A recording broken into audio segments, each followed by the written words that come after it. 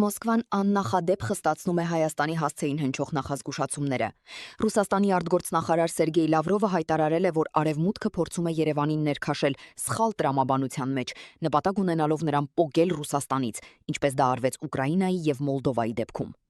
Ռուսաստանի անվտանգության խորհրդի փոխնախագահ Դմիտրի Մեդվեդևն էլ ավելի կոշտ է արտահայտվել, Նիկոլ Փաշինյանի քաղաքականությունը որակելով վտանգավոր և զգուշացնելով, որ հայ ժողովուրդը կարող է զրկվել ռուսական շուկայից ու տասնամյակների տնտեսական կապերից։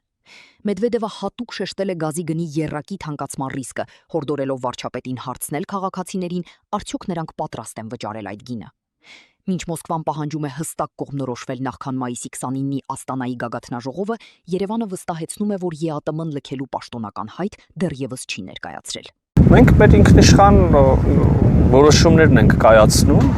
եւ ելի եմ կրկնում, մշտապես շահագրգռված ենք Ռուսաստանի հետ մեր նորմալ գործընկերությունը պահպանելու եւ զարգացնելու։ Հիմա եթե այդպիսի հարաբերությունները այս կամ այն պաշտոնյային դուր չի գալիս, պետք է խոսել, հասկանալ, փորձել բացատրել, որ սա գործընկերային է եւ հակառակը գործընկերային չի եւ հակառակից մենք էլ չենք շահում։ Մենք բազմիցս ենք հայտարարել, որ մենք բազմաթիվ գործընկերային, այդ թվում եւ ռազմավարական գործընկերային հարաբերություններ ունենք եւ հաստատում ենք տարբեր երկրների հետ եւ մեր որևէ տեսականորեն ցանկացած երկու հարաբերություն երրորդ գործընկերոջ դեմ ուղղված չի